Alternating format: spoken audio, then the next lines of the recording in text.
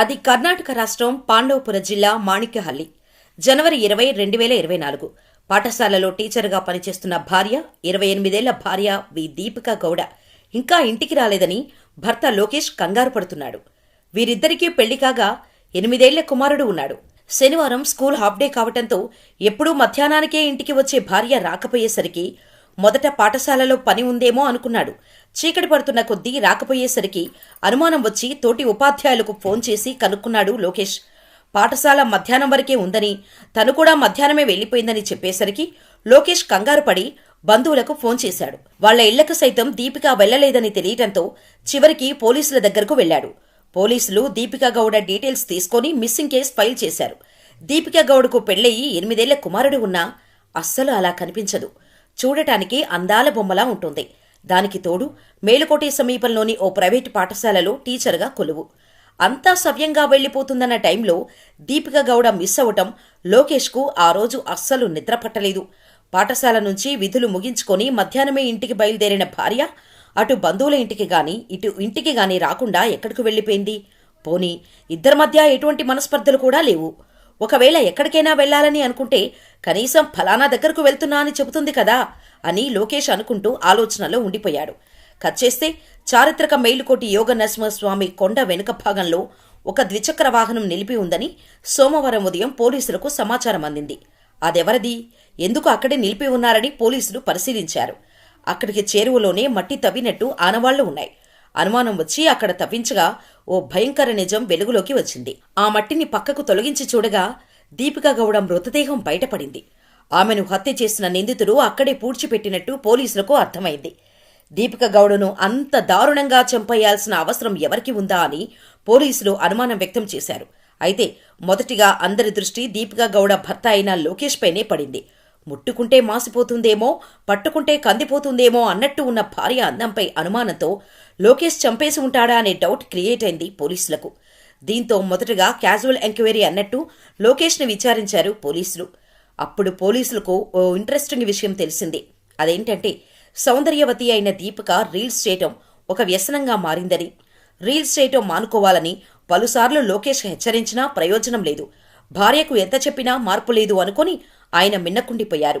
ఇదే క్రమంలో దీపికా గౌడ్కు 2 ఏళ్ల కిందట మేలుకోటకు చెందిన బాగా డబ్బున్న 22 ఏళ్ల యువకుడు నితేష్ పరిచయమయ్యాడు. అక్క అంటూ ఆత్మీయంగా పలకరించేవాడు. ఎప్పుడూ దీపికా గౌడ చుట్టూ తిరుగుతూ సరదాగా ఉండేవాడు. అటువంటిది దీపికా గౌడ హత్య తర్వాత నితేష్ కనిపించకుండా పోయాడు.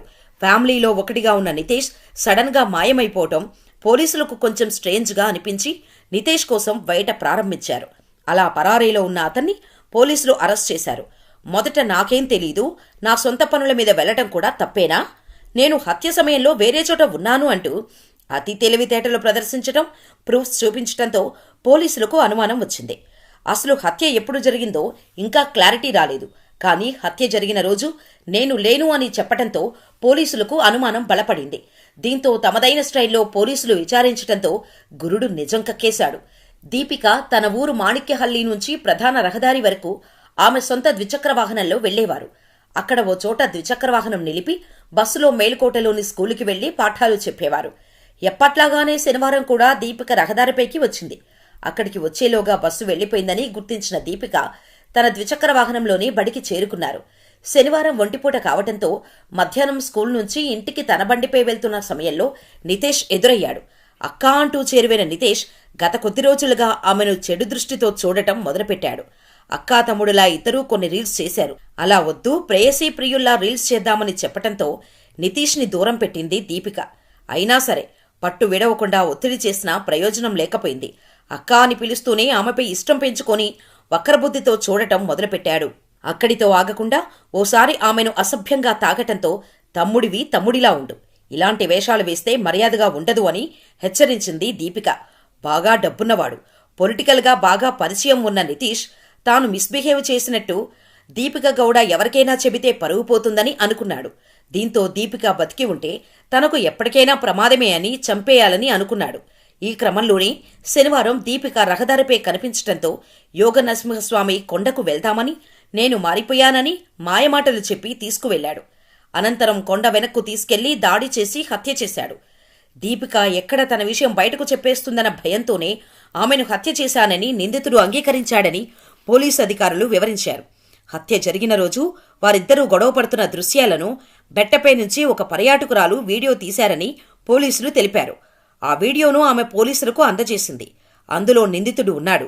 నిందితుడు బాగా డబ్బున్నవాడు కావటం, కుటుంబ సభ్యులు రాజకీయాలతో సంబంధం ఉన్నవారు కావటంతో ఆచితూచి దర్యాప్తు కొనసాగించారు.